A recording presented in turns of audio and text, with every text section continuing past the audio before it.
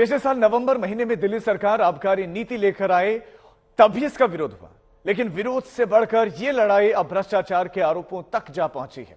मुख्य सचिव की रिपोर्ट के बाद उपराज्यपाल ने बड़ा एक्शन ले लिया। बड़ी बात यह भी है कि इस रिपोर्ट में सीधे तौर पर डिप्टी सीएम मनीष सिसोदिया का नाम लिया गया है।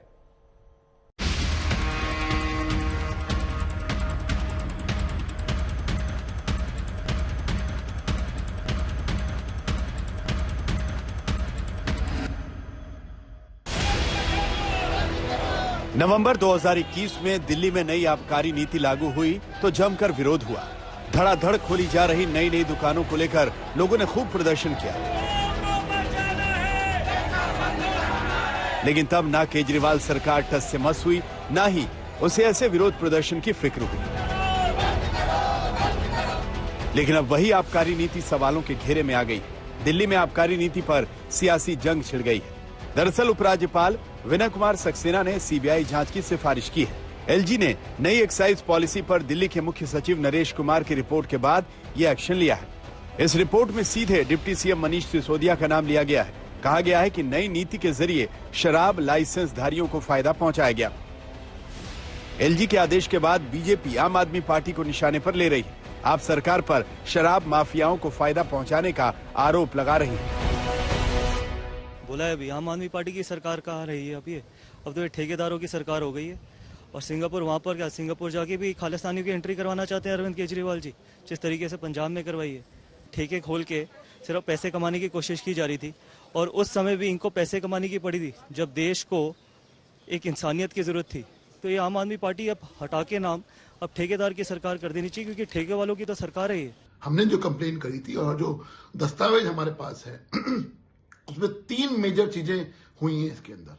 पहली, टेंडर की शर्तों के हिसाब से कार्टेल अलाउड नहीं था और दस्तावेज कहते हैं कार्टेल हुआ है। टेंडर के हिसाब से ब्लैक लिस्टेड कंपनी अलाउड नहीं होती है। और तीसरा, मैन्युफैक्चरिंग कंपनी अलाउड नहीं है रिटेल सेक्टर के अंदर। लेकिन यहां पे नियमों को धत्ता देते हुए उनको, उस मैन्युफैक्चरिंग कंपनी को रिटेल का सेक्टर दिया गया। बीजेपी आरोप लगा रही है कि शराब माफियाओं को फायदा पहुंचाने के लिए सारे नियमों को ताक पर रखा गया और इसके जरिए दिल्ली के राजस्व को नुकसान पहुंचाया गया। वहीं आप इन आरोपों को फर्जी बता रही है। सावरकर का नाम लेकर बीजेपी पर हमला बोल रही है। हम सावरकर की तरह अंग्रेजों से माफी मांगने वाले लोग नहीं हैं। हम शहीद आजम भगत सिंह की विचारधारा को मानने वाले लोग। और इसलिए ये जेल की बदर घुड़कियां मत दिखाओ, ये गिरफ्तारी की बदर घुड़कियां मत दिखाओ। आपने जितने मामले अब तक दिल्ली की सरकार के खिलाफ और हमारे विधायकों के खिलाफ किए हैं, सारे के सारे मामले बेबुनियाद, फर्जी और मनगढ़ंत हैं। जो है दिल्ली के मुख्यमंत्री अरविंद केजरीवाल की इस गंदी जुबान से हमारे ऐसे महापुरुषों का नाम निकलना ही बहुत ही खराब बात है।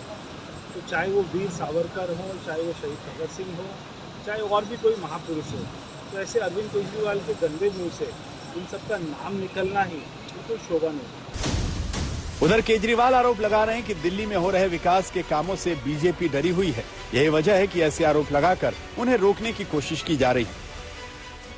दिल्ली के कामों को रोकना चाहते हैं। दिल्ली के अंदर जो शानदार काम हो रहे हैं, सिंगापुर की सरकार पूरे दुनिया के मेयर बुलाए उन्होंने और केजरीवाल को बुलाया कि आके इनको जरा सा सिखाओ कि आप दिल्ली में क्या काम कर रहे हो। इससे बड़ी गर्व की बात क्या हो सकती है। दिल्ली के कामों की पूरी दुनिया में चर्चा हो रही है। ट्रंप साहब की वाइफ आई थी, वो हमारे स्कूल देखने जाती हैं। ये हमारे दिल्ली के कामों को रोकना चाहते हैं।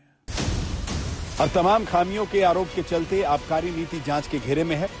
अब लाइसेंस बांटने के तरीकों की जांच होगी, शराब माफियाओं को फायदा पहुंचाने के आरोपों की पड़ताल होगी और इस बहाने दिल्ली बनाम केंद्र की लड़ाई और तेज होगी। दिल्ली से कुमार कुणाल के साथ आज तक ब्यूरो।